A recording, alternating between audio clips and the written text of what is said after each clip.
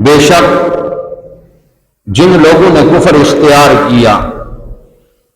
ہرگز نہ بچا سکیں گے انہیں ان کے مال اور نہ ان کی اولاد اللہ کے عذاب سے ذرہ بر بھی نہیں بچا سکیں گے۔ وَأُولَٰئِكَ أَصْحَابُ النَّارِ، اور وہ دوزخی ہیں، جہنمی ہیں، ہم فیہا خالدون، اس میں ہمیشہ رہیں گے۔ اس آیت کے ضمن میں مفسرین کرام نے اس آیت کا شان نزول لکھتے ہوئے کہا، حضرت عبداللہ بن عباس رضی اللہ تعالیٰ عنہ سے مروی ہے کہ آپ فرماتے ہیں کہ یہ آیت بنو قریظہ اور بنو نذیر کی یہودیوں کے متعلق نازل ہوئی، کیونکہ وہ اپنا مال و متاع رسول اللہ صلی اللہ علیہ وسلم کی دشمنی میں استعمال کرتے تھے اور دین اسلام کی ترویج و اشاعت کو روکنے کے لیے اپنے مال و اسباب کو خرچ کیا کرتے تھے۔ ایک قول یہ ہے کہ یہ آیت مقدسہ مشرکین مکہ کے متعلق نازل ہوئی، اور ایک قول یہ بھی ہے کہ عام مشرکین جتنے بھی مشرک ہیں ان کے متعلق اللہ تعالیٰ نے واضح پیغام دے دیا کہ بے شک کفار چاہے جتنا مال اپنا خرچ کرے، نہ ان کا مال اور نہ ہی ان کی اولاد انہیں اللہ کے عذاب سے بچا سکیں گے، انہیں کوئی بھی اس کا فائدہ نہیں ہوگا۔ اکثر و بیشتر یہ ہوتا ہے کہ مسلمان چند چیزوں کو دیکھ کر کہتے تھے ہیں تو غیر مسلم، لیکن انسانیت کی بڑی خدمت کر رہے ہیں، انسان کی فلاح و بہبود کے لیے بڑا کام کر رہے ہیں۔ خواب وہ کام کر رہے ہیں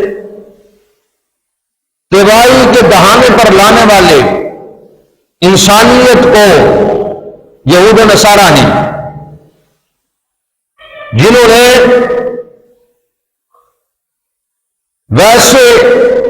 انسانی ہمدردی کا ڈونگ رچا رکھا ہے، اور ایک ماہ ہونے والا ہے غزہ اور فلسطین کے مسلمانوں پر زمین کو تنگ کر رکھا ہے، اور جنگ کے کچھ اصول ہوتے ہیں ان اصولوں کو بھی پامال کر دیا ہے۔ بچوں کو نہیں دیکھا جا رہا، بوڑھوں کو نہیں دیکھا جا رہا، عوامی جگہ ان کا بھی خیال نہیں رکھا جا رہا، ہسپتالوں پر کبھی کسی نے بمباری نہیں کی، لیکن یہ وہ بدبخت ہیں جن سے نہ اسپتال بچ سکے، نہ مسجدیں بچ سکی، نہ عوامی جگہ بچ سکی، تو یہ انسانیت کی خاک خدمت کر رہے ہیں۔ پورا یورپ خاموش ہے، امریکہ اس کی پشت پر کھڑا ہے۔ تو یاد رکھے خالق کائنات مالک ارض و سما کا واضح حکم قرآن مجید میں موجود ہے، واضح پیغام موجود ہے کہ وہ لوگ جنہوں نے کفر کیا، اللہ تعالیٰ کی توحید کا انکار کیا، نبی آخر زمان صلی اللہ علیہ وسلم کی نبوت اور ختم نبوت کا انکار کیا، قرآن کی حقانیت کو نہیں مانتے، جو دین اسلام کو نہیں مانتے وہ کافر ہے، چاہے جتنا مال خرچ کرے، نہ ان کا مال اور نہ ہی ان کی اولاد انہیں اللہ کے عذاب سے بچا سکے گی۔ اور فرمایا اولئک اصحاب النار،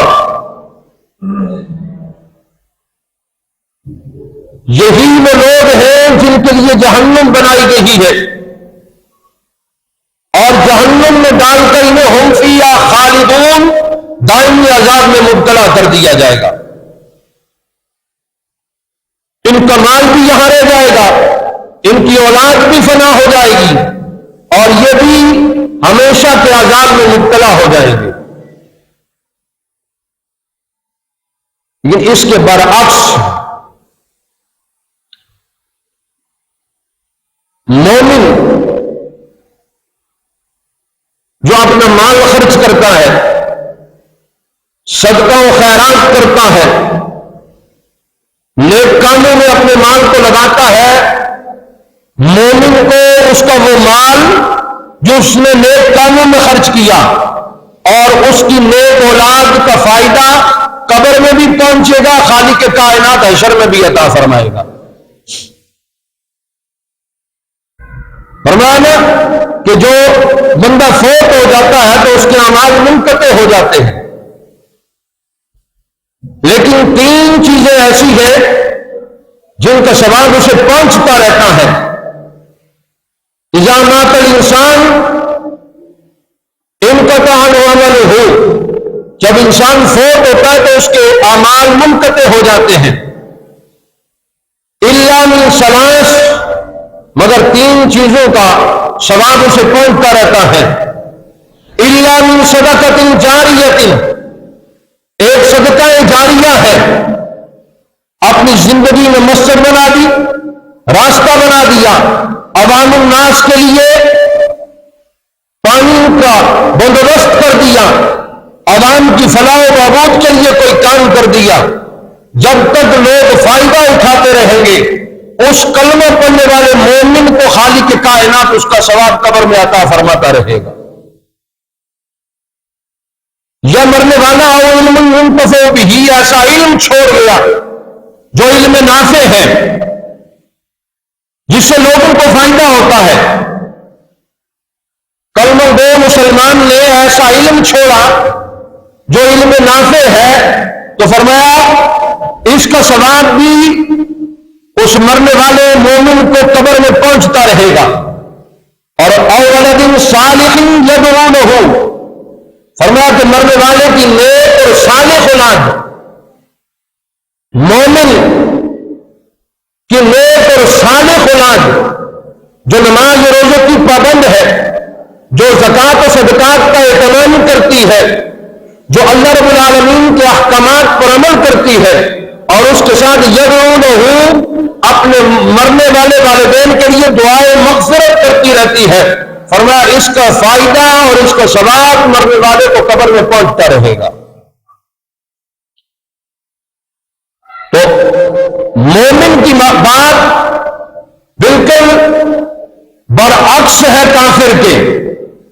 کافر کے متعلق فرمایا نہ اس کی مال اسے فائدہ پہنچا، نہ اس کی اولاد اسے فائدہ پہنچا سکتی ہے،